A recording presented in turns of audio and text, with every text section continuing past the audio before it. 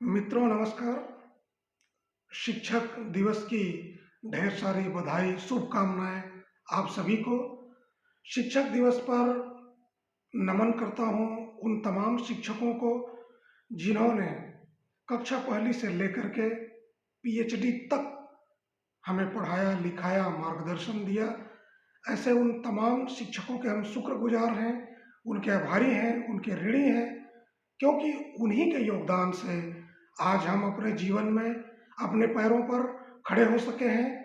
तो आज शिक्षक दिवस के इस अवसर पर मैं तमाम शिक्षकों को, अपने शिक्षकों को प्रणाम करता हूं, अभिनंदन करता हूं। और आज शिक्षक दिवस की इस पावन बेला पर, चूंकि मैं भी एक शिक्षक हूं और अपने शिक्षक होने पर मुझे बहुत गौरव की अनुभूति होती है, गर्व की अनुभूति होती है। और यदि आप भी शिक्षक हैं तो मैं आपको बधाई देना चाहता हूं कि दुनिया का सबसे अच्छा काम आप कर रहे हैं। एक नई पीढ़ी के सृजन का काम, एक सभ्यता के विकास का काम, अपने देश और समाज के मजबूती का काम, निर्माण का काम, सृजन का काम आप कर रहे हैं। शिक्षक होना एक बड़ी बात है, एक बड़ी जिम्मेदारी का काम है। और यदि आप शिक्षक हैं तो मेरी ढेर सारी बधाई और शुभकामनाएं हैं। तो मित्रों, एक शिक्षक होने के नाते मैं कुछ बातें आपके साथ शेयर करना चाहता हूं कि एक शिक्षक को कैसा होना चाहिए, शिक्षक में कौन कौन से गुण होने चाहिए। क्योंकि आपको मालूम है कि शिक्षा पूरी सभ्यता का आधार है, पूरी संस्कृति का आधार है। किसी भी देश और समाज के विकास का आधार है शिक्षा। और इस शिक्षा का प्रचार प्रसार कौन करता है? निश्चित रूप से हम और आप सभी शिक्षक ही करते हैं। तो शिक्षा के केंद्र में, शिक्षा के प्रचार प्रसार के केंद्र में, शिक्षा के लोक व्यापीकरण के केंद्र में, शिक्षा के क्रियान्वयन के केंद्र में, शिक्षा को बेहतर ढंग से विद्यार्थियों तक, समाज तक पहुंचाने के लिए शिक्षक की भूमिका बहुत ही महत्वपूर्ण है। यदि शिक्षक मजबूत होगा, जिम्मेदार होगा, बेहतर होगा, तो आने वाली पीढ़ियां, सभ्यता, संस्कृति, वह देश, वह समाज भी बहुत मजबूत, सशक्त होगा, शिक्षित होगा, अपने पैरों पर खड़ा होगा, स्वावलंबी होगा। तो आइए कुछ ऐसे टिप्स, कुछ ऐसे अच्छे गुण जो शिक्षक में होने चाहिए, जो मुझे लगता है कि होने चाहिए, जिन्हें मैं प्राप्त करने की कोशिश करता हूं, उन गुणों को आपके साथ मैं शेयर करना चाहता हूं। शिक्षक को सबसे पहले गोल ओरिएंटेड होना चाहिए। उसे यह बात मालूम होना चाहिए कि देश को किस दिशा में ले जाना है, समाज को किस दिशा में ले जाना है, विद्यार्थियों को किस दिशा में ले जाना है। आज मेरा विद्यार्थी कहाँ पर है और उस विद्यार्थी को कहाँ तक ले जाना है, कैसे ले जाना है। उसे एक लक्ष्य बना करके, एक उद्देश्य बना करके शिक्षण का काम करना चाहिए कि मेरा विद्यार्थी आज यहाँ पर है और उसे कहाँ तक पहुँचाना है।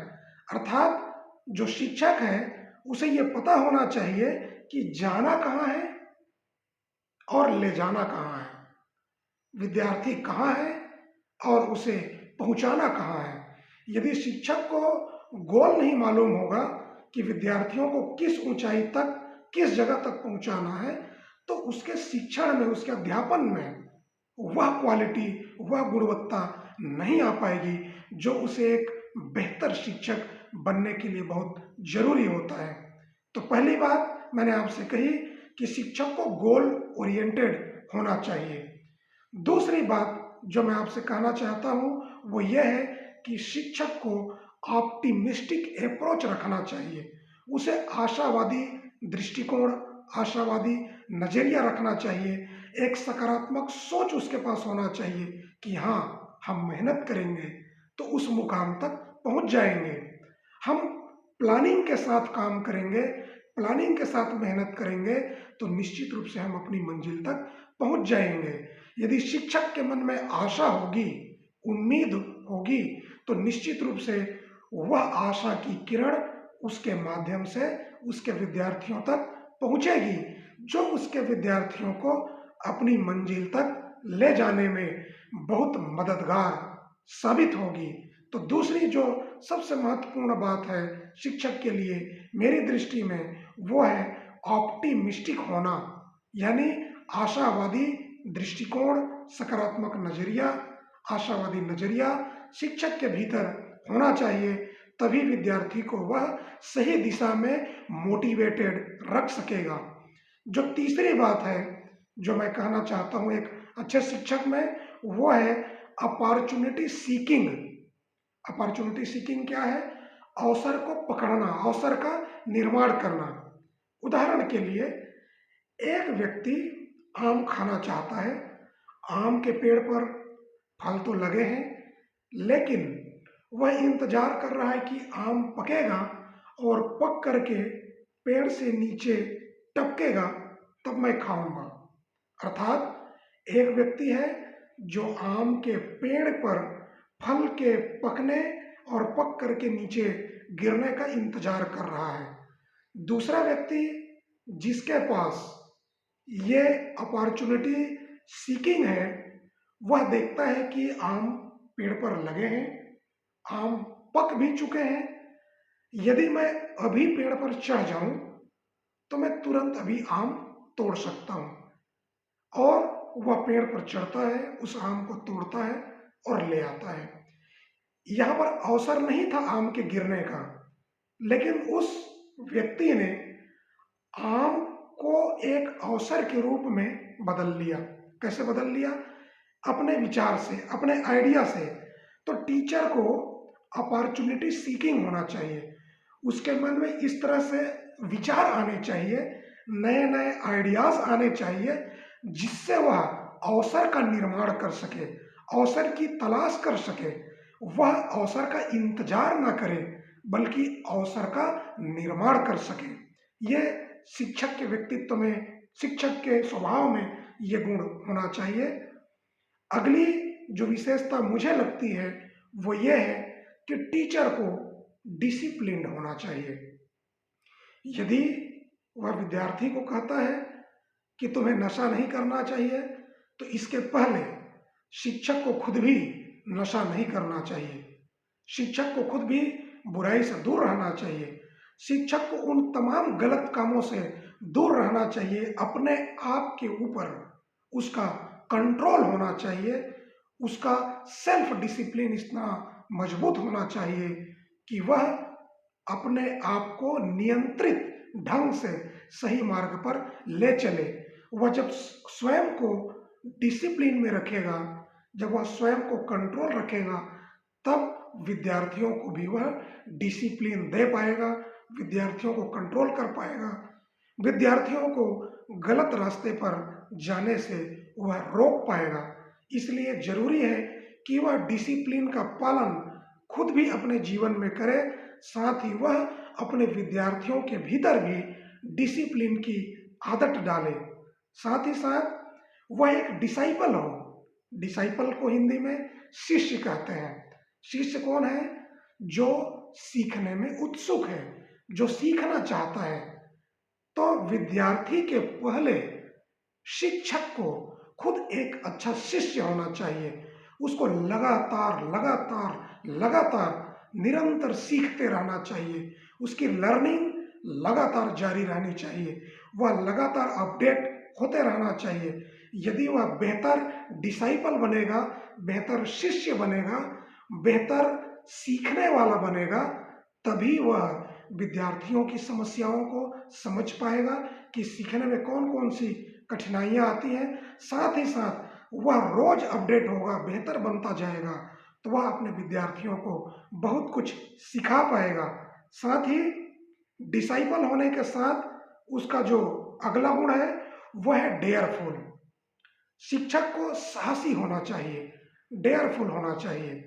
जैसे हम आज देखते हैं कि हमारे देश में, राज्य में और पूरी दुनिया में बहुत सी ऐसी घटनाएं होती हैं जो जाति के आधार पर, धर्म के आधार पर, भाषा के आधार पर, लिंग के आधार पर, अमीर और गरीब के आधार पर, गोरे और काले के आधार पर भेदभाव करती है। और ये घटनाएं लूटपाट, चोरी, हत्या, बलात्कार, मर्डर, बलवा, हिंसा और न जाने कितने अलग अलग अपराधों के रूप में हमको समाज में देखने को मिलती है। बदले की भावना, सामाजिक कट्टरता, सांप्रदायिकता, ये बहुत सारी चुनौतियां हमारे सामने हैं। शिक्षक को खुलकर साहसपूर्ण ढंग से इस पर बेबाक अपनी बात रखनी चाहिए। सही को सही और गलत को गलत कहने का साहस शिक्षक में होना चाहिए। यदि शिक्षक में इतना भी साहस नहीं होगा तो वह पीढ़ियों में कोई जान नहीं डाल पाएगा, कोई आत्मा नहीं डाल पाएगा, वह नई पीढ़ी का सृजन नहीं कर पाएगा। यदि वह साहस के साथ कह सके कि देखो मेरे प्रिय विद्यार्थियों, समाज में इस तरह की घटनाएं हो रही हैं, ये जाति के आधार पर, धर्म के आधार पर, भाषा के आधार पर, लिंग के आधार पर ये घटनाएं हुई हैं, तुम ये काम नहीं करोगे, ये गलत है। सही को सही और गलत को गलत कहने का साहस शिक्षक में होना ही चाहिए, तभी वह एक बेहतर शिक्षक हो सकता है। शिक्षक को टैलेंटेड होना चाहिए, प्रतिभाशाली होना चाहिए। टैलेंट किसको कहेंगे, किस व्यक्ति को हम टैलेंटेड कहेंगे? हर व्यक्ति के अंदर कुछ न कुछ प्रतिभा है। कोई भी व्यक्ति ऐसा नहीं है जिसके अंदर प्रकृति ने कोई प्रतिभा, कोई टैलेंट नहीं भरा हो। लेकिन हम उस बात को, उस प्रतिभा को, उस गुण को, अपने अंदर की उस कोहिनूर को पहचानते हैं या नहीं पहचानते हैं, ये अलग बात है। शिक्षक के अंदर एक अंतर्दृष्टि होती है जो अपने भीतर छुपे हुए टैलेंट को पहचानती है, अपनी प्रतिभा को बाहर लेकर आती है और तभी वह अपने विद्यार्थियों के अंदर के छुपे हुए टैलेंट को भी, वह हिडन टैलेंट को भी पहचान सकती है, उसे बाहर निकाल सकती है और अपने विद्यार्थियों को वह मोटिवेट कर सकता है शिक्षक कि तुम्हारे अंदर ये टैलेंट है, तुम इस टैलेंट को आगे बढ़ाओ। तो शिक्षक को टैलेंटेड होना चाहिए, उसे अपने टैलेंट का विकास करना चाहिए, साथ ही साथ शिक्षक को ट्रेंड होना चाहिए। जो भी व्यक्ति शिक्षक बनता है निश्चित रूप से वह किताबें पढ़कर आता है, वह बहुत सारी परीक्षाएं, graduate, post graduate, DEd, BEd और अन्य चीजें करके आता है। उसे प्रशिक्षित होना चाहिए, टीचर ट्रेनिंग के प्रोग्राम से उसे गुजरना चाहिए। समय समय पर उसके विभाग में जो भी प्रशिक्षण कार्यक्रम, जो भी मीटिंग्स, जो भी सेमिनार, कॉन्फ्रेंस, वर्कशॉप होते हैं, जो टीचर ट्रेनिंग प्रोग्राम होते हैं, फैकल्टी डेवलपमेंट प्रोग्राम होते हैं, उसमें उसे जाना चाहिए और अपने आप को ट्रेन करना चाहिए। बार बार लगातार नई नई चीजें सीखते रहना चाहिए और अपने आप को हमेशा ट्रेंड रखना चाहिए। जीवन में रोज नई नई चुनौतियां हैं।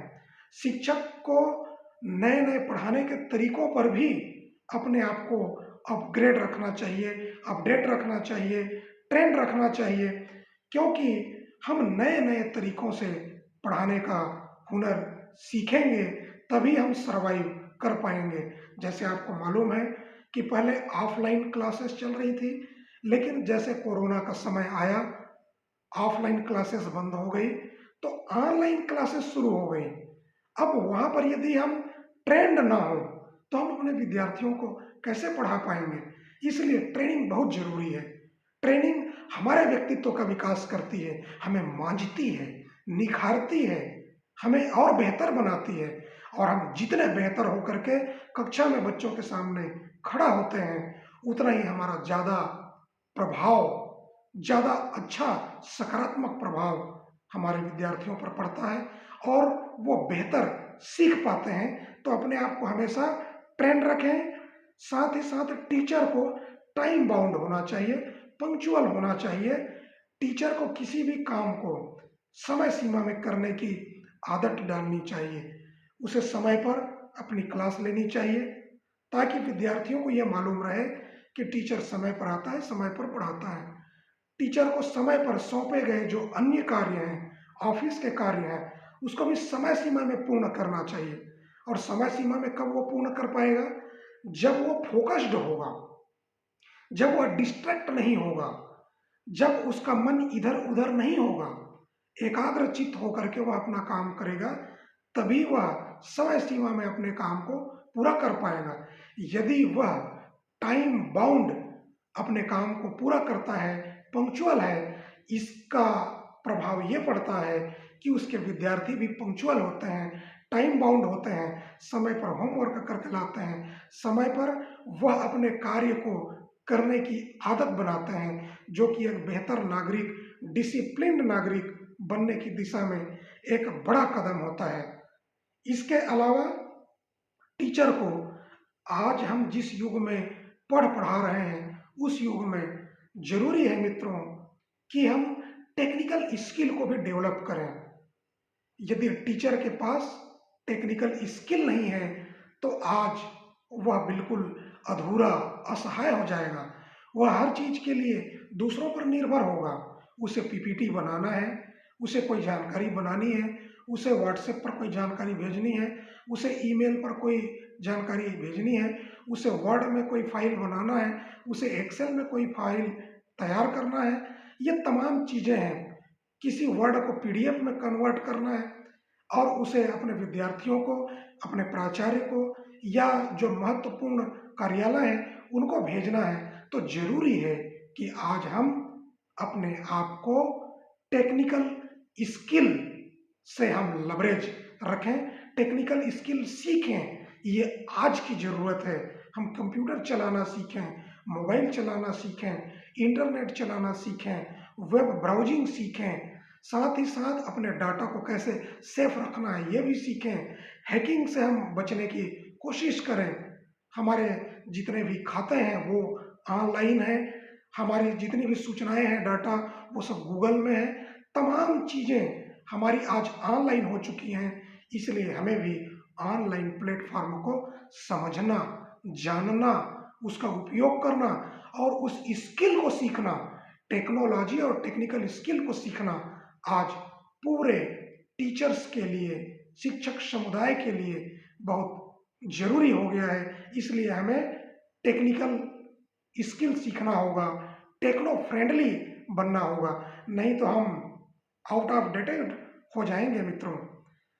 अगली जो विशेषता मुझे लगती है एक शिक्षक में, एक अच्छे शिक्षक में जो होना चाहिए वो है इमोशनल इंटेलिजेंट। शिक्षक को इमोशनल इंटेलिजेंट होना चाहिए। उसे अपनी फीलिंग, अपने भाव, अपने विचार, अपनी संवेदनाओं का अनुभव होना चाहिए, ज्ञान होना चाहिए। साथ ही अपने विद्यार्थियों के फीलिंग का, अनुभव का, संवेदनाओं का ज्ञान होना चाहिए। किस बात में विद्यार्थी सहज महसूस करता है, किस बात में विद्यार्थी असहज महसूस करता है, किस विद्यार्थी को पारिवारिक समस्या है, किसको आर्थिक समस्या है, किसको मानसिक समस्या है, किसको शारीरिक समस्या है, किस विद्यार्थी का क्या रिएक्शन है, किसके चेहरे पर कौन सी परेशानी है, किसको मेरे सहयोग की, सहायता की जरूरत है, और कौन सा ऐसा विद्यार्थी है जो अभी हैप्पी है, कौन विद्यार्थी है जो यहाँ पर परेशान है। ये फीलिंग को पढ़ना आना चाहिए। और ऐसी सिचुएशन में जब मेरा विद्यार्थी हैप्पी है या मेरा विद्यार्थी अनहैप्पी है, ऐसी स्थिति में उसके साथ मुझे किस तरह से पेश आना है, ये इमोशनल इंटेलिजेंस टीचर के अंदर होना चाहिए। और यह अपने विद्यार्थियों में भी इमोशनल कोशेंट विकसित करने की कला आनी चाहिए। उसका आईक्यू लेवल तो बढ़ाना ही है, उसका ईक्यू लेवल भी बढ़ाना है, ताकि यह जो विद्यार्थी है कल जब बड़ा होकर समाज में जाएगा, जिम्मेदार नागरिक बनेगा, तो ऐसी स्थिति में वह समाज के साथ, कम्युनिटी के साथ, देश के अलग अलग लोगों के साथ जुड़ करके, उनको समझ करके, उनके सबके साथ तालमेल बना करके चल सके, काम कर सके। इसलिए यदि टीचर इमोशनल इंटेलिजेंट होगा तो इसका प्रभाव उसके विद्यार्थियों पर भी पड़ेगा। फिर शिक्षक की अगली विशेषता जो मेरी दृष्टि में है वो यह है कि उसका एटीट्यूड ग्रेटिट्यूड का होना चाहिए। Attitude of gratitude is the best attitude कहा गया है। दोस्तों, बहुत कुछ चीजें हमारे पास नहीं हैं और बहुत सारी चीजें निगेटिव हैं हमारे आसपास भी, हमारी पूरी देश दुनिया सब जगह पर चीजें हमेशा अच्छी नहीं होती।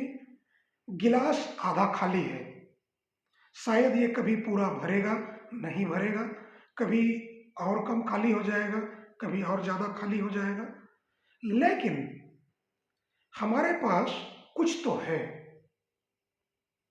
यदि विद्यार्थी के पास कुछ नहीं है तो टीचर तो है, मैं हूं ना। आपने एक फिल्म में यह डायलॉग सुना होगा, मैं हूं ना। मैं हूं ना कहने का मतलब है कि यदि मैं हूं तो फिर टेंशन काहे को लेते हो, मैं व्यवस्था कर लूंगा ना, मैं इंतजाम कर लूंगा। जब मैं हूं टेंशन लेने का नहीं। मैं हूं अर्थात एक पूरी संभावना है, बहुत कुछ हो सकता है, कुछ नहीं है मेरे पास लेकिन मैं तो हूं।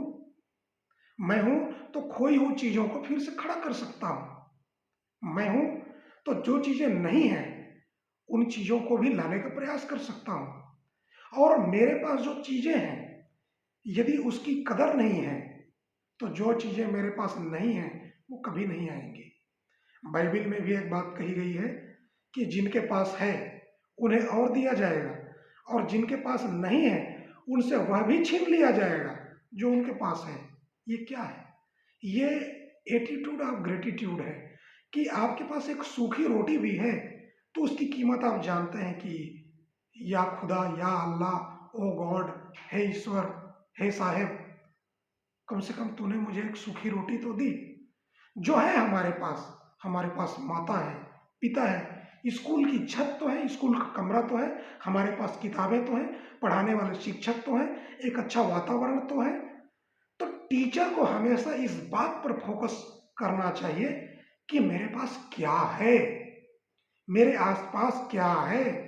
मेरे पास नॉलेज है, मेरे पास समझ है, मेरे पास कुछ ऐसी भावना है कि मैं अपने विद्यार्थियों में बेहतर ढंग से शिक्षा का प्रचार प्रसार कर सकता हूं। तो क्या है मेरे पास? शिक्षक को इस पर फोकस नहीं करना चाहिए कि क्या नहीं है, यह निगेटिव अप्रोच है।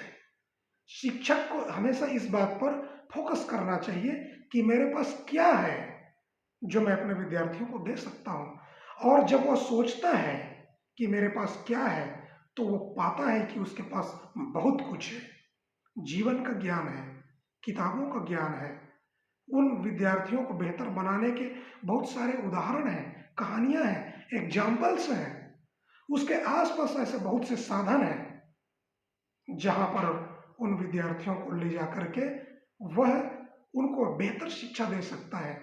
और यदि शिक्षक एटीट्यूड ऑफ ग्रेटिट्यूड अपनाता है, जो उसके पास है उसके महत्व को समझता है और विद्यार्थियों को समझाता है, तो इसका सबसे बड़ा फायदा ये होता है कि टीचर तनाव मुक्त होता है, पहली बात। दूसरी बात ये कि उसका दिमाग खुल जाता है और वह इनोवेटिव हो जाता है, नए नए रिसर्च करता है, नए नए आइडियाज आते हैं, इनोवेशन करने लगता है। ये गुण उनके छात्रों में आता है और उन छात्रों को ये भावना बचपन से उनके अंदर विकसित होने लगती है कि मेरे पास जो है वो इतना पर्याप्त है कि उससे मैं बहुत कुछ कर सकता हूं अपने जिंदगी में। एक गरीब से गरीब विद्यार्थी भी जो फटी हुई चटाई में बैठता है उसके अंदर भी एक पॉजिटिव एटीट्यूड डेवलप होता है कि मेरे पास कुछ नहीं है तो ये किताब तो है, मेरे पास कुछ नहीं है लेकिन ये टीचर तो है, मेरे पास ये स्कूल तो है और यहीं से मैं कुछ कर सकता हूं, मैं कुछ बड़ा कर सकता हूं, मैं बड़े सपने देख सकता हूं और उस बड़े सपने को मैं अचीव कर सकता हूं, प्राप्त कर सकता हूं। तो एटीट्यूड ऑफ ग्रेटिट्यूड टीचर के अंदर होना मेरे हिसाब से बहुत जरूरी है ताकि यह गुण उनके विद्यार्थियों में आ सके और पूरा समाज उनके आसपास जो है उसकी कीमत को, उसके वैल्यू को, उसके महत्व को समझ सके। हमारे घर में पेरेंट्स हैं, हमारे घर में रिलेशंस जो हैं उनकी भी कीमत को हम पहचान सकें, टीचर्स के वैल्यू को पहचान सकें, टेबल के वैल्यू को पहचान सकें, तमाम चीज़ें जो हमारे जीवन में अभी हैं उसको हम देखें और उसके प्रति आभार प्रकट करें, उसके प्रति कृतज्ञ हों। इसके बाद मुझे लगता है कि टीचर को एक बेहतर कम्युनिकेटर होना चाहिए, क्योंकि नॉलेज तो है उसके पास, सूचनाएं हैं, उन सूचनाओं को वह दूसरों के अंदर, विद्यार्थियों के अंदर इनपुट कैसे करेगा। जो ज्ञान वह जानता है उसे विद्यार्थियों को समझाएगा कैसे, ये सबसे महत्वपूर्ण बात होती है। यदि उसके पास नॉलेज है, स्किल है, एटीट्यूड है, लेकिन वह अपने विद्यार्थियों को समझा नहीं पा रहा है, यदि वह उनका कंसेप्ट क्लियर नहीं कर पा रहा है, तो उसका नॉलेज, उसका स्किल, उसका एटीट्यूड सब धारा का धारा रह जाएगा। इसलिए शिक्षक के अंदर जो बहुत ही बेहतरीन क्वालिटी होनी चाहिए मेरी दृष्टि में, वो है एक अच्छा कम्युनिकेटर होना, एक अच्छा कम्युनिकेट करने वाला, जिसका कम्युनिकेशन स्किल बहुत अच्छा हो, स्ट्रांग हो, जिसमें बात करने की और समझाने की बहुत अच्छी कला हो। और कम्युनिकेशन का जो की पॉइंट क्या है, वो ये है कि listening is the best and the first quality of communication. जो टीचर अपने प्रिंसिपल की बात को, अपने ट्रेनर की बात को, अपने कलीग की बात को, अपने विद्यार्थी की बात को, अपने विद्यार्थियों के डाउट्स को, अपने विद्यार्थियों के कंप्लेंट्स को, अपने विद्यार्थियों के सुझावों को और विद्यार्थियों के चेहरे को ठीक से पढ़ लेता है, सुन लेता है, वह अच्छा रिएक्ट कर सकता है, वह टीचर एक अच्छा कम्युनिकेटर बन सकता है। टीचर ने किताब पढ़ी, कंसेप्ट को समझा, अब उसे पढ़ाना कैसे है इस पर काम करना चाहिए, उसको कम्युनिकेशन स्किल सीखनी चाहिए और डेवलप करना चाहिए। यदि उसे कम्युनिकेशन आता है तो उसे और निखारना चाहिए, उसे मांझते रहना चाहिए, ताकि वह सरल से सरल शब्दों में, विद्यार्थी का लेवल बहुत नीचे है, शिक्षक का लेवल बहुत ऊपर है, ऐसी स्थिति में वह विद्यार्थियों के स्तर पर आकर के अपने विद्यार्थियों को सिखा सके। विद्यार्थी ऊपर नहीं आ सकते तो शिक्षक उनके लेवल पर जाकर के सरल से सरल ढंग से अपने विद्यार्थियों को सिखा सके। इसलिए जरूरी है कि वह एक गुड कम्युनिकेटर हो, वह विद्यार्थियों की परेशानी को, उनकी समस्याओं को, उनके सवालों को सुने, समझे और उन समस्याओं का हल निकाले। बहुत ईमानदारी पूर्वक वह अपने विद्यार्थियों से बातचीत करे, बातचीत में कभी भी चालाकी न बरते, वह ऑनेस्ट हो, तब उसका कम्युनिकेशन बहुत अच्छा होगा, मजबूत होगा और इससे विद्यार्थी और शिक्षक के बीच जो रिलेशन होगा वो बहुत स्ट्रांग होगा। तो एक गुड कम्युनिकेटर होना बहुत जरूरी है टीचर को। साथ ही टीचर का जो कैरेक्टर है वो बहुत अच्छा होना चाहिए। एक आदर्श व्यक्ति होता है शिक्षक, विद्यार्थियों की नज़र में भी, समाज की नज़र में भी। इसलिए शिक्षक को हमेशा अपने चरित्र को, अपने आचरण को बहुत अच्छा रखना चाहिए। कम से कम सार्वजनिक जीवन में उसे ऐसा कोई भी काम नहीं करना चाहिए जिसका गलत प्रभाव उनके विद्यार्थियों पर या समाज पर या आने वाली पीढ़ी पर पड़ सके। तो उसे अपने कैरेक्टर पर विशेष ध्यान देना चाहिए। साथ ही साथ शिक्षक को एक काउंसलर होना चाहिए। जब भी किसी विद्यार्थी को कोई व्यक्तिगत परेशानी, शारीरिक परेशानी, मानसिक परेशानी, आर्थिक परेशानी, पारिवारिक परेशानी हो, तो उसका रिश्ता विद्यार्थी के साथ इस तरह से फ्रेंडली होना चाहिए, विद्यार्थी के साथ बैठ करके उसे इस तरह से संवाद करना चाहिए, बातचीत करना चाहिए कि विद्यार्थी की आधी समस्या उस टीचर को देखते ही खत्म हो जाए और विद्यार्थी अपनी प्रॉब्लम को शिक्षक के सामने रख सके और टीचर विद्यार्थी के उन समस्याओं पर उसको काउंसलिंग कर सके, उनको राय दे सके, उस समस्या से उसको निकालने में मदद कर सके, उनको सुझाव दे सके। तो इस तरह से यदि टीचर काउंसलर होगा तो वह अच्छे नागरिकों का निर्माण करेगा। विद्यार्थियों में डर, चिंता, फ्रस्ट्रेशन बहुत व्यापक रूप में होता है और इसलिए विद्यार्थी गलत कदम उठाते हैं, घर से भाग जाते हैं, सुसाइड अटेम्प्ट करते हैं। छोटी छोटी गलतियों को लेकर के वो इतना डर जाते हैं, इतना फ्रस्ट्रेट महसूस करते हैं, इतना अपमानित महसूस करते हैं कि वे अपने जीवन को भी दांव में लगा देते हैं, या छोटी मोटी घर की और समाज की समस्याओं को लेकर के वो फ्रस्ट्रेट हो जाते हैं। तो शिक्षक को उनका काउंसलिंग करना चाहिए। यदि हम ऐसा कर सकें तो हम बहुत से जीवन को, बहुत से टैलेंट को हम बचा पाएंगे। तो teacher should be a good counsellor. साथ ही साथ टीचर को केयरिंग होना चाहिए। हमने तो भाई 2 पीरियड, 3 पीरियड, 4 पीरियड पढ़ा दिया, हमको क्या मतलब है, क्या लेना देना है, ये एटीट्यूड नहीं होना चाहिए। क्या आप अपने बच्चे के साथ भी यही एटीट्यूड रखते हैं? शायद आप नहीं रखते हैं। क्या आप ऐसा उम्मीद रखते हैं कि आपके बच्चे का टीचर आपके बच्चे के साथ ऐसा एटीट्यूड रखे? शायद आप नहीं चाहेंगे। इसलिए जिन लोगों ने, जिन अभिभावकों ने, पालकों ने, पेरेंट्स ने आपके ऊपर भरोसा किया है और अपने बच्चों को आपके पास भेजा है, मेरे मित्रों, मेरे दोस्तों, आपका और हमारा ये कर्तव्य है कि हम उन बच्चों की उस ढंग से केयर करें कि जितना उनके पेरेंट्स केयर नहीं कर पा रहे हैं उससे ज़्यादा हम केयर करें, ताकि पेरेंट ये कहे कि इस शिक्षक ने हमसे भी ज़्यादा हमारे बच्चे की देखभाल की, परवरिश की। ये हमारे लिए सबसे बड़ा पुरस्कार होता है एक शिक्षक के लिए। एक शिक्षक के अच्छे व्यक्तित्व के लिए उसे हम्बल होना चाहिए, विनम्र होना चाहिए।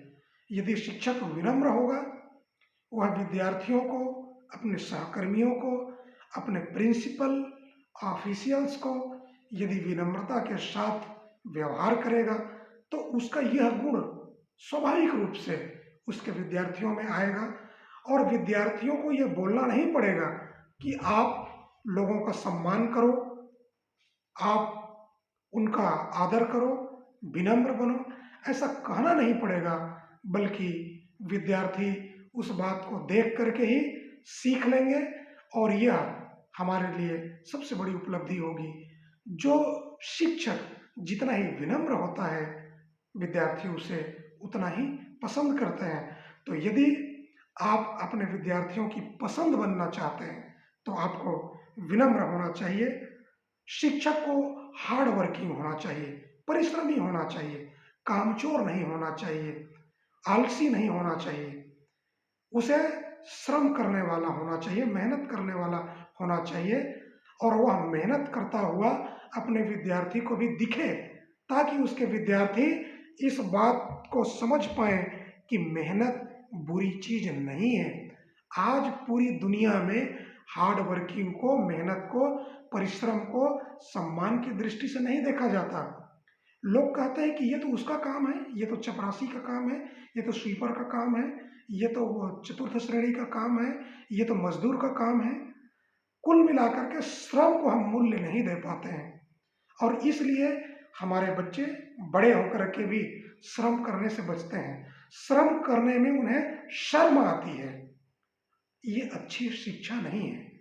यदि शिक्षक बच्चों के साथ कक्षा में, खेल के मैदान में, लाइब्रेरी में, लेबोरेटरी में, पिकनिक में, शिविर में या रैलियों में, हर जगह पर आगे होकर के काम करेंगे, श्रम करेंगे, मेहनत करेंगे और लगातार काम करते हुए दिखेंगे तो उसकी प्रेरणा विद्यार्थियों तक जाएगी।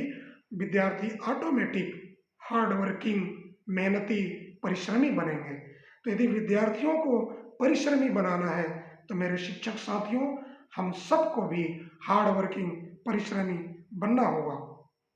शिक्षक को हेल्पफुल होना चाहिए, हमें सहायता के लिए हमेशा तत्पर होना चाहिए, चाहे हमें अपने मित्रों का, शिक्षक साथियों का, स्टाफ का सहयोग करने की बात हो या फिर अपने विद्यार्थियों का किसी भी प्रकार से सहयोग करने की, सहायता करने की बात हो।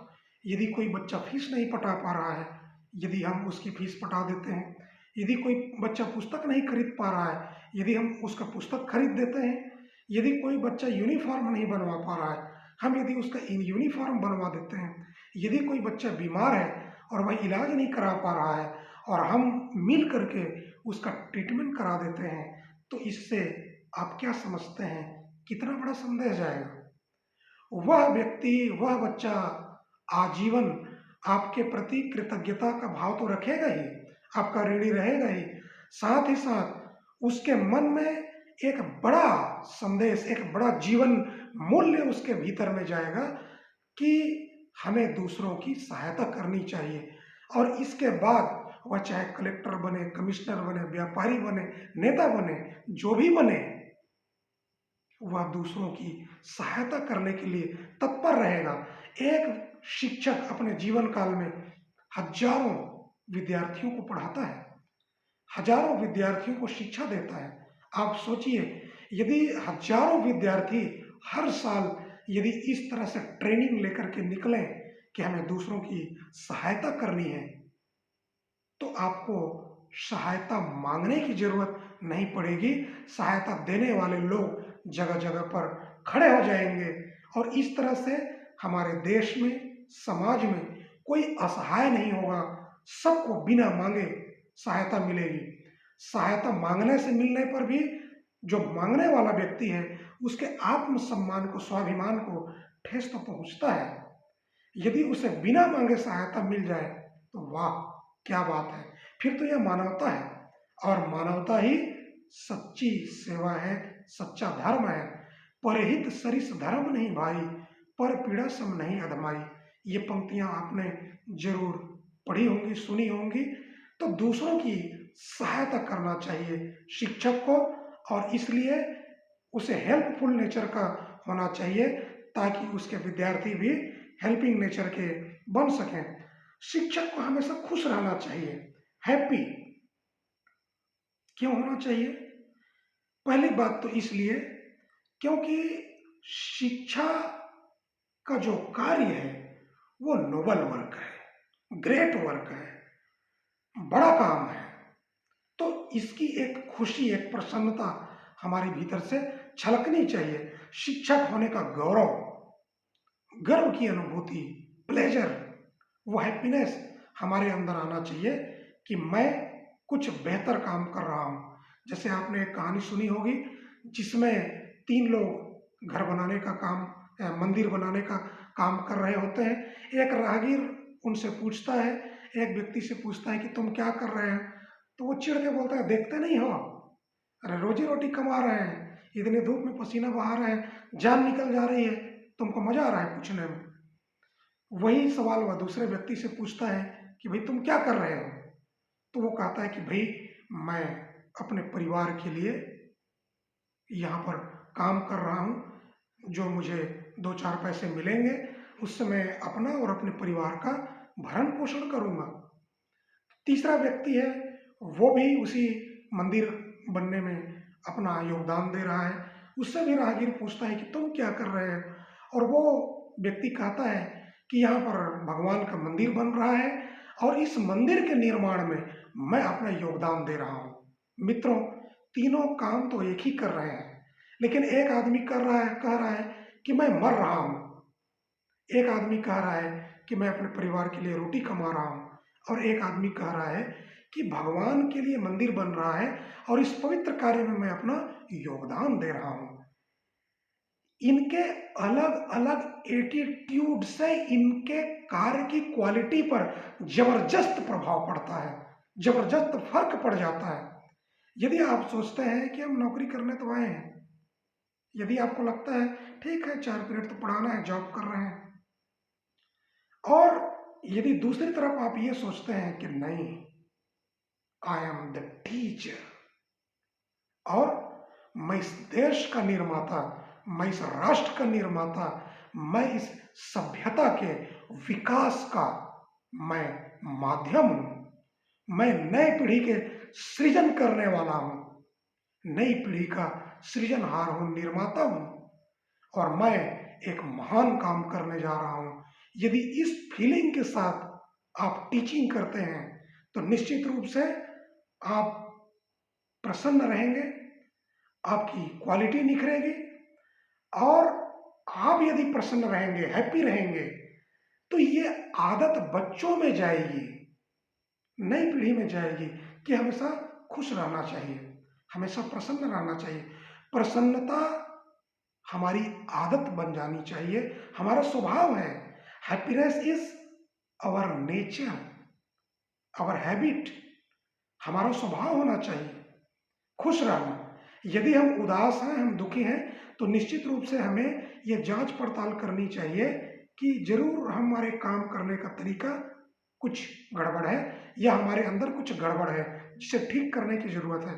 नहीं तो चिड़िया, ये पेड़, ये पौधे कभी उदास नहीं होते, अपना काम करते हैं, प्रसन्न रहते हैं। तो हैप्पीनेस, आप हैप्पी रहेंगे तो हैप्पीनेस बांटेंगे हजारों विद्यार्थियों तक, और वो हैप्पीनेस बांटेंगे सोसाइटी में, समाज में, देश में, और इस तरह से हमारा देश और समाज खुशहाल होगा।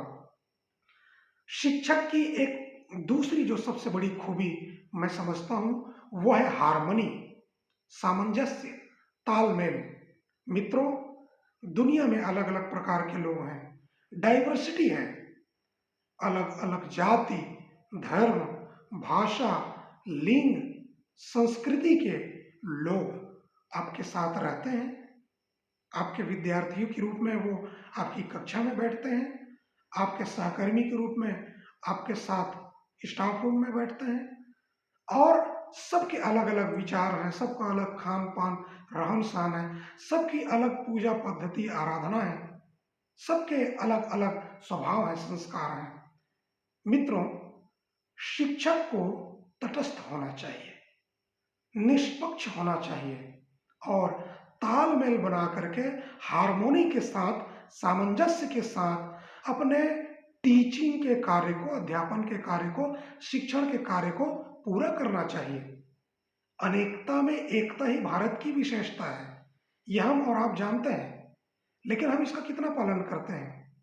हम ही पीठ पीछे बात करते हैं, अरे वो अमुक जाति का है, वो अमुक धर्म का है, ये लड़की अमुक जाति की है, ये लड़का अमुक धर्म का है। यह जाति, धर्म, भाषा, लिंग के भेदभाव अन्य लोग करते हैं तो एक बात समझ में आती है कि वो नासमझ हैं, उनको राजनीति करनी है, उनको लोगों से लाभ लेना है। लेकिन हम और आप शिक्षक हैं, हमें इन सब प्रोपोगेंडा से बच के रहना चाहिए, सावधान रहना चाहिए।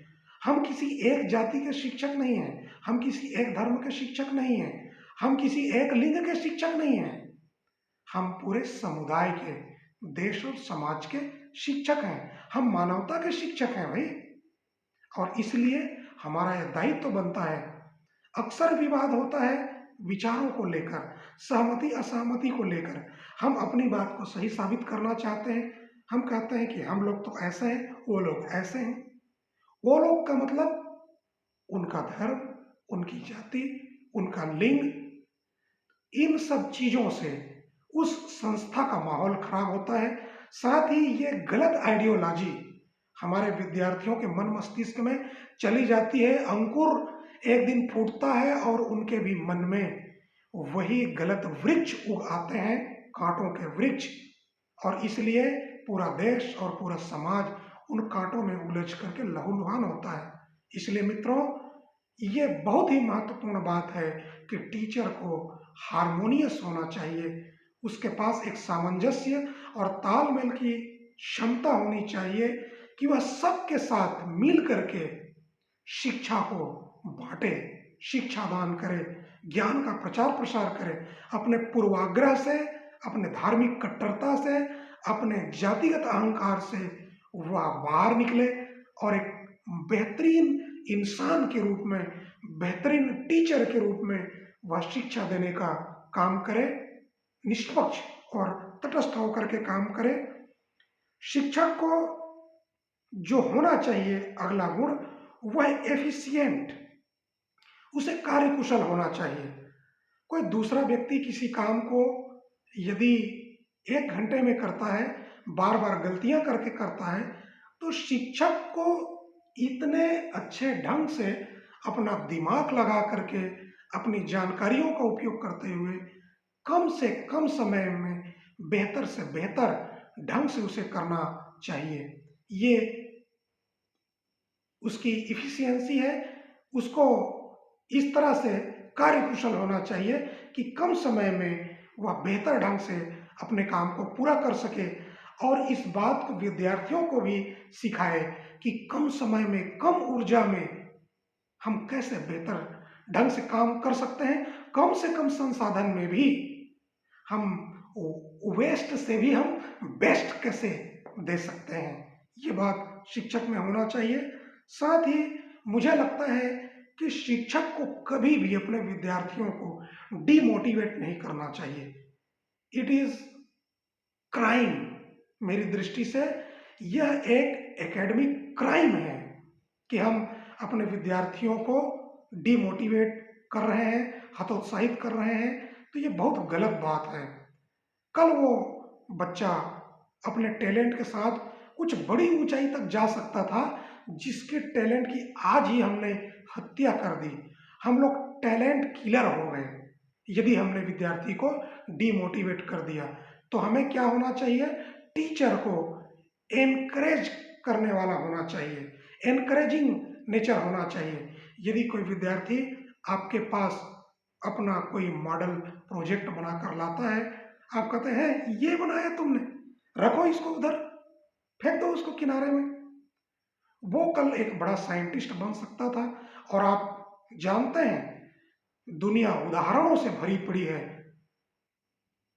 अल्वा एडिसन जैसा महान वैज्ञानिक भी अपने क्लास से निकाल दिया गया था, आपको मालूम है। लेकिन क्या कमाल के आविष्कार उस महामानव ने, उस महान साइंटिस्ट ने किया।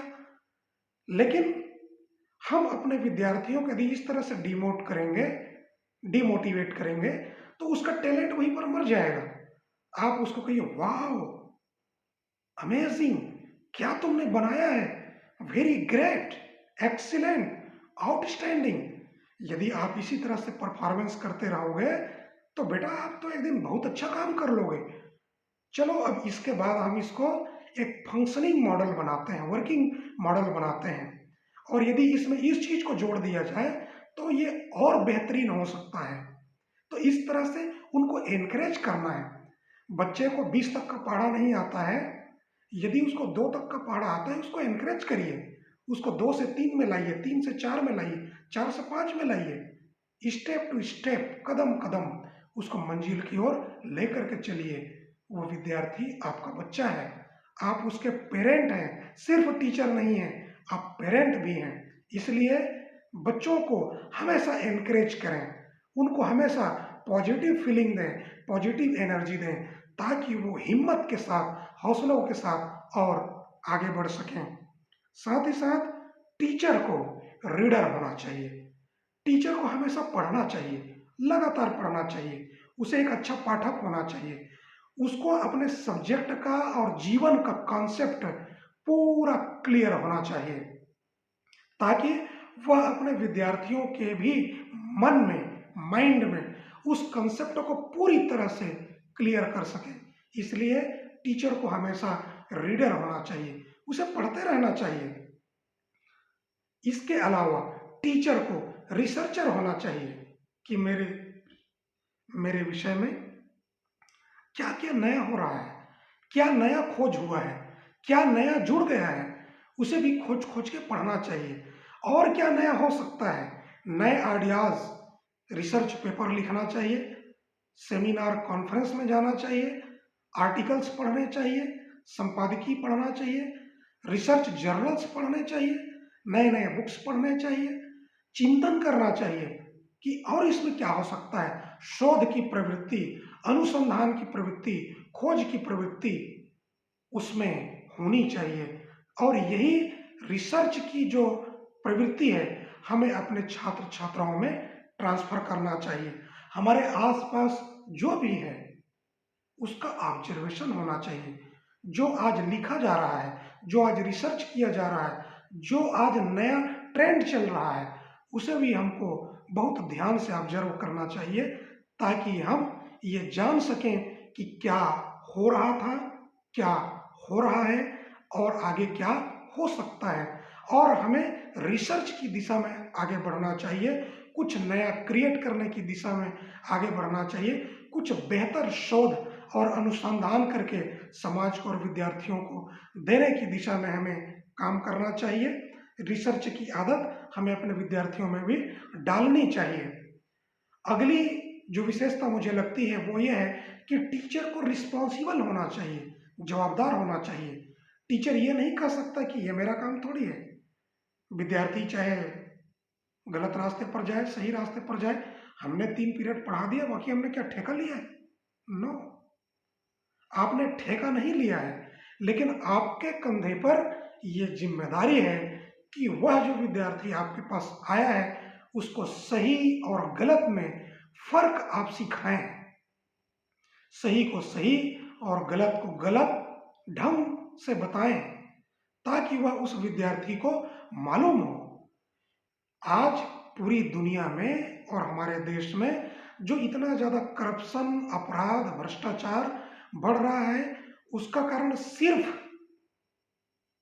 राजनेता या गलत लोग नहीं है। इसका कारण ये भी है कि हमारे टीचर्स वो अपनी रिस्पॉन्सिबिलिटी को भूल रहे हैं, अपने जवाबदारी से भाग रहे हैं, वो जॉब कर रहे हैं, वो सर्विस कर रहे हैं, वो शिक्षा नहीं दे रहे हैं। वो जो शिक्षा देने वाले शिक्षक हैं वो कभी जिम्मेदारियों से नहीं भागते हैं।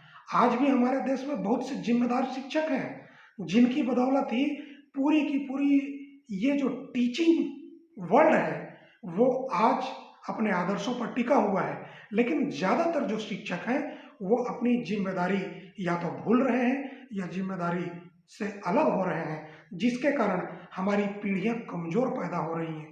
और ये कमजोर पीढ़ियां आगे चल करके वो रुक जाती हैं, झुक जाती हैं, डर जाती हैं, अटक जाती हैं, भटक जाती हैं, लटक जाती हैं, सटक जाती हैं।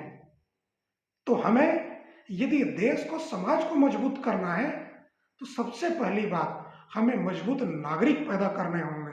और मजबूत नागरिक चंद्रमा या मंगल से नहीं आएगा, या विटामिन डी और विटामिन ए की गोली खिलाने से वो मजबूत नागरिक नहीं पैदा होंगे। जिम्मेदार नागरिक पैदा होंगे जिम्मेदार शिक्षकों की बदौलत, जिम्मेदार शिक्षकों को देखकर, सुनकर, उनके आभा मंडल में, उनके औरा में रहकर, उनकी छत्र छाया में रहकर, उन शिक्षकों के साथ उनकी परवरिश में रहकर, उनकी डांट फटकार और उनके प्यार, मनुहार, दुलार पाकर, उनके कंधों पर पीठ थपथपाने से, उनके हाथ रख देने मात्र से, जिम्मेदार शिक्षकों के आशीर्वाद दे देने मात्र से ये विद्यार्थियों को इतनी मोटिवेशन मिलेगी कि वो आगे चल करके एक जिम्मेदार नागरिक बनेंगे। इसलिए शिक्षक को अपने दायित्वों का निर्वहन पूरी ईमानदारी से करना चाहिए। चाहे राजनेता भ्रष्ट हो जाए, चाहे इंजीनियर भ्रष्ट हो जाए, चाहे व्यापारी भ्रष्ट हो जाए, चाहे डॉक्टर भ्रष्ट हो जाए, हमको किसी की परवाह नहीं। हमको टीचर्स को, शिक्षक समुदाय को भ्रष्ट होने से बचाना है, उनको रिस्पॉन्सिबल बनाना है, जिम्मेदार बनाना है। यदि टीचर रिस्पॉन्सिबल हो गया तो हम फिर से रिस्पॉन्सिबल डॉक्टर खड़े कर लेंगे, रिस्पॉन्सिबल इंजीनियर खड़े कर लेंगे, अच्छे राजनेता, अच्छे बिजनेसमैन हम खड़े कर लेंगे, अच्छे आईएएस ऑफिसर्स हम खड़े कर लेंगे। अच्छे टीचर खड़े करना पहली जरूरी है। अच्छे रिस्पॉन्सिबल शिक्षक, जवाबदार शिक्षक हमें यहाँ पर बनाना बहुत जरूरी है। और अंतिम बात जो मुझे लगता है कि टीचर को रोल मॉडल होना चाहिए। पूरा देश, दुनिया, समाज, आस पड़ोस सब लोग देखते हैं शिक्षक को, विद्यार्थी भी देखता है शिक्षक को, शिक्षक को देखता है, शिक्षक को सुनता है, शिक्षक की मानता है। और इसलिए शिक्षक को ऐसा कोई काम नहीं करना चाहिए जिसको देख करके आने वाली पीढ़ी भ्रष्ट हो जाए, करप्ट हो जाए, गलत हो जाए। आपको विद्यार्थियों को सही शिक्षा देनी है, सही और गलत में फर्क बताना है। इसके बाद सही और गलत को जान लेने के बाद भी यदि विद्यार्थी जानबूझकर अपने जीवन में आगे जाकर कोई गलत कदम उठाता है तो उसके लिए शिक्षक जिम्मेदार नहीं है, वह विद्यार्थी अपने जीवन के विनाश के लिए जिम्मेदार होगा। लेकिन यदि उस विद्यार्थी को आपने सही और गलत का फर्क ही नहीं बताया तो उसकी गलती के लिए शिक्षक ही जिम्मेदार है। मित्रों, बातें बहुत सारी हैं, शिक्षकों में बहुत सारे गुण होने चाहिए। हमें ऐसा लगता है कि शिक्षक को एक रोल मॉडल होना चाहिए। वैसे शिक्षक न तो कभी टायर्ड होता है और न ही कभी रिटायर्ड होता है। वह ऐसा प्राणी है जो जब शिक्षक बनता है तब से लेकर आजीवन और इस शरीर के छोड़ देने के बाद भी वह इस समाज में सम्मान का अधिकारी होता है। बाकी किसी बड़े से बड़े पद में जो व्यक्ति हैं, आईएएस हैं, मंत्री मिनिस्टर हैं, वो तो जब तक कुर्सी पर होते हैं तभी तक सम्मान को प्राप्त करते हैं, लेकिन शिक्षक आजीवन उस सम्मान को प्राप्त करते हैं और मृत्यु के बाद भी उनका नाम रह जाता है। इसलिए ये जो सम्मान हम शिक्षकों को मिल रहा है तो हमें ये कोशिश करना चाहिए कि हम अपना बेस्ट देके जाएं। हम रहें ना रहें, लेकिन हमारी शिक्षा हमारे विद्यार्थियों के साथ रहे। हम आज अपने शिक्षा के माध्यम से विद्यार्थियों को बेहतर से बेहतर बनाने की कोशिश करें ताकि ये विद्यार्थी कल नागरिक के रूप में देश को, समाज को बेहतर से बेहतर बनाने का प्रयास करेंगे। तो आप सभी को टीचर्स डे की ढेर सारी बधाई, शुभकामनाएं। आपने मुझे सुना, वक्त दिया, इसके लिए मैं आभारी हूँ। यदि आप चाहते हैं कि शिक्षा के क्षेत्र में इस तरह से आप और हम मिल करके और भी अच्छा काम करें तो मेरे इस चैनल को आप जरूर सब्सक्राइब करें, लाइक करें, कमेंट करें, शेयर करें। इससे मेरा मनोबल बढ़ेगा, मुझे काम करने में और ऊर्जा मिलेगी, मदद मिलेगी और मैं और बेहतर काम करने का प्रयास करूंगा। जिन टॉपिक्स पर आप चाहते हैं कि हम बात करें वो आप कमेंट बॉक्स में यदि लिखेंगे तो निश्चित रूप से आने वाले समय में उस पर मैं कुछ बात करने की कोशिश करूंगा, कुछ वीडियोस बनाने की कोशिश करूंगा। तब तक जय हिंद, नमस्कार, शुक्रिया।